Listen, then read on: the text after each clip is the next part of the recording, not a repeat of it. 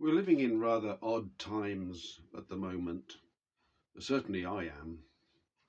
So I suppose everybody else is.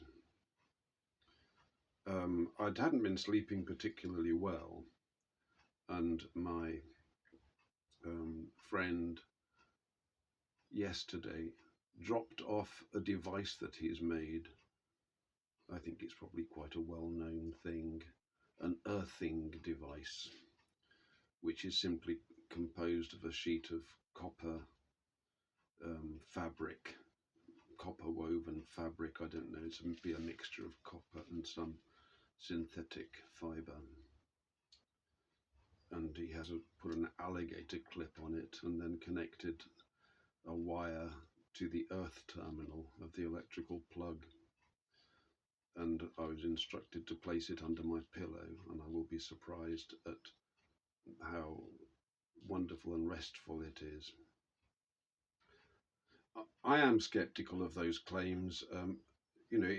I do understand that we need to be in contact with the ground, with the earth, and I think walking barefoot and all this sort of stuff, they've got to be beneficial because there are electrical charges and what have you. So I don't dismiss them entirely. But my friend, plugged the device in and laid it on the table, as he will do, and wanted to test it with me. So I had to place my hand on it, and he was always encouraging me just how restful it was. And I just put my hand on it for a few not minutes, maybe 30 seconds. Tried to concentrate, but to me, I was just had my hand on the table. I can't. I don't seem to be sensitive to those things, or he is deluded, or perhaps a bit of both. I don't know. But having said that, I slept an extra hour this morning after waking at around 4 o'clock. I then slept until 7, and the longer sleep brought about a dream in which I was dying,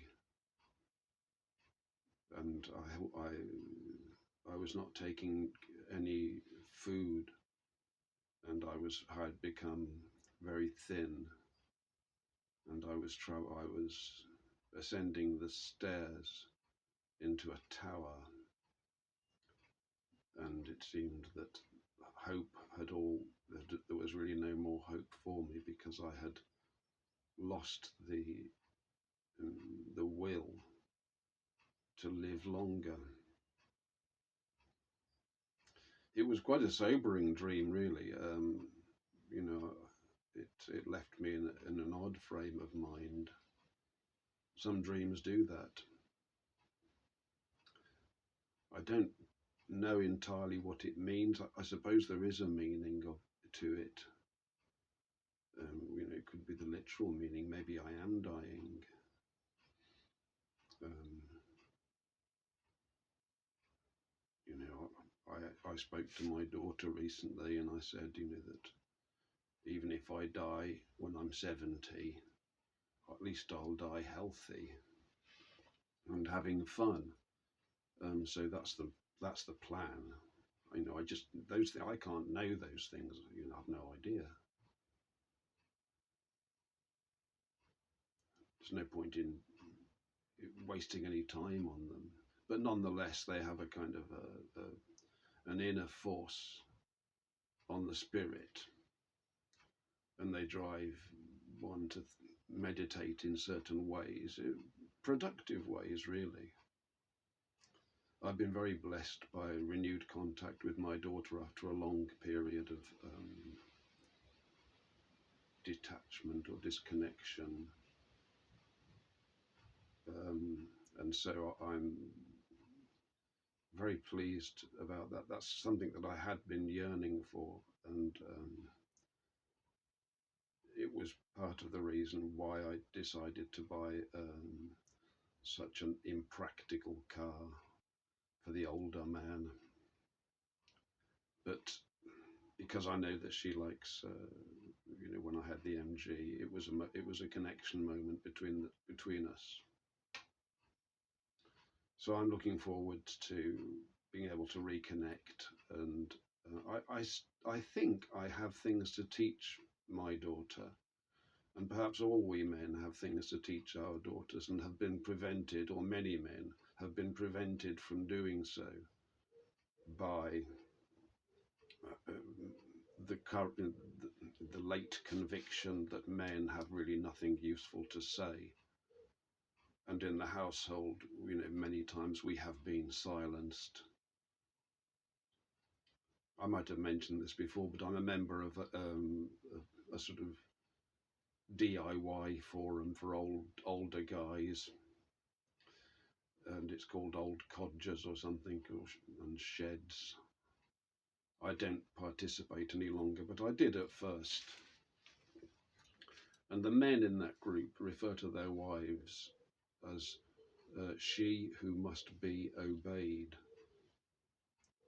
It's okay, it's tongue in cheek and all the rest of it. They just use the initials of that phrase.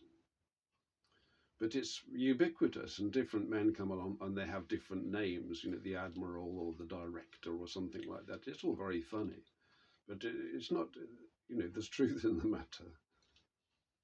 They really are frightened of their wives. They've allowed their wives to dictate to them. Imagine that. Just no fun at all. She who must be obeyed. You've got to be kidding me. It's the last thing you want to be doing. A woman is to be praised.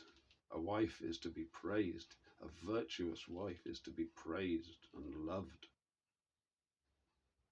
It's quite a different concept. And, we men would bend over backwards to do it, I think. We have a tremendous affection for women, a natural affection, apart from our sexual desire. On certain conditions, though, a woman has to look after herself. And she has to be kindly and helpful.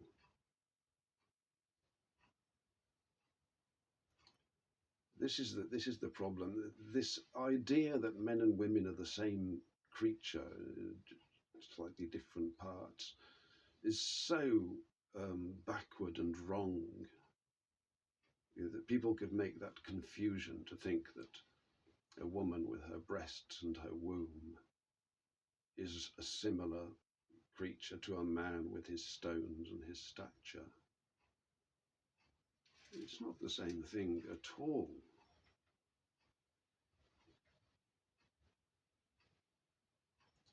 And, women really need to look up to their husband and support him in all matters, because he is the authority over them.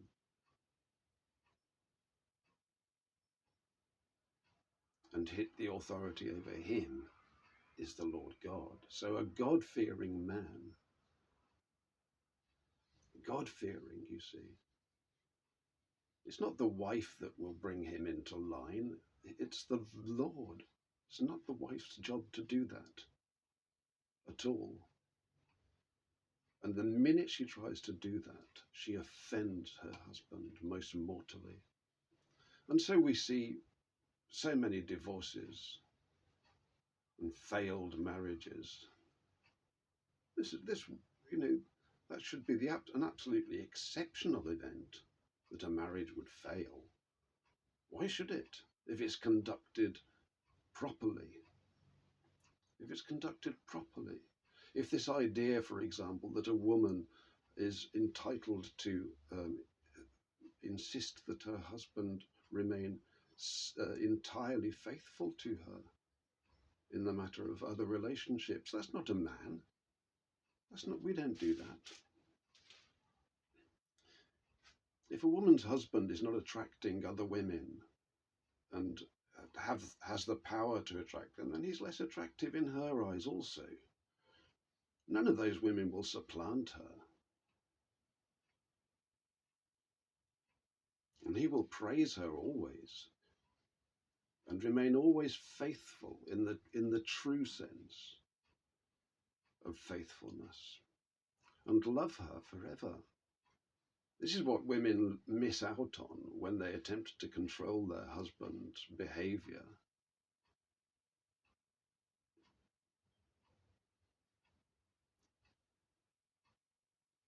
It's a terrible, sad thing, is it not? The way that the world has gone. But I think the balance is shifting back, you see.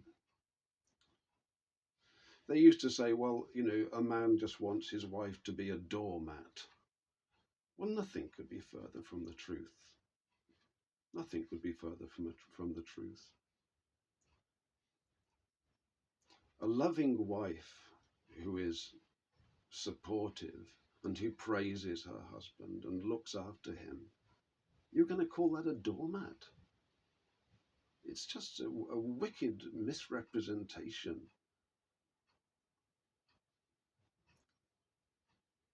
A woman of that nature is the most precious thing in a man's life, the most precious.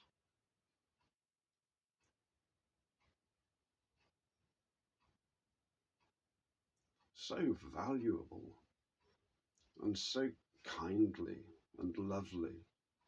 And of course, she has to keep herself fit as well. These women that just allow themselves to become slovenly and fat. We men don't like that. We like fit women. In the same way that women like fit men. That's important. But that's normal. When we read Proverbs 31 and all the virtues of a woman, I mean, she's praised really. It's such a beautiful concept. Her work in the community, her opening of her hand to the poor.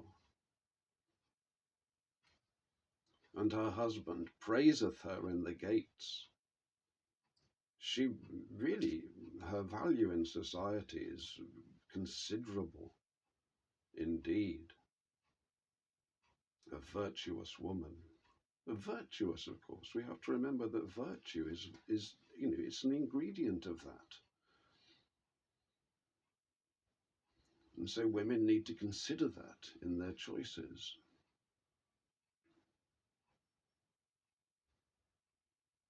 They have a choice, women don't have to become wives. They can choose to follow a different path and relinquish their virtue.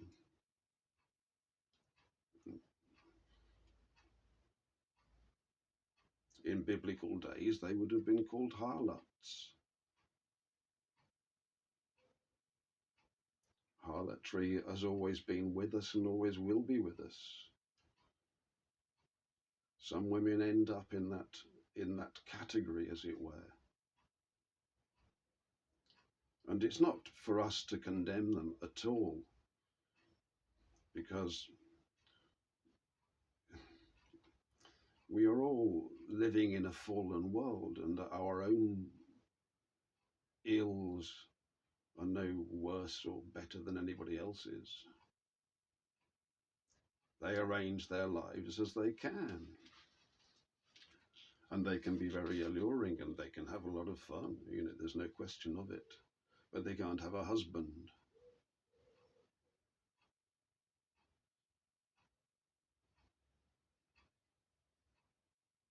God bless.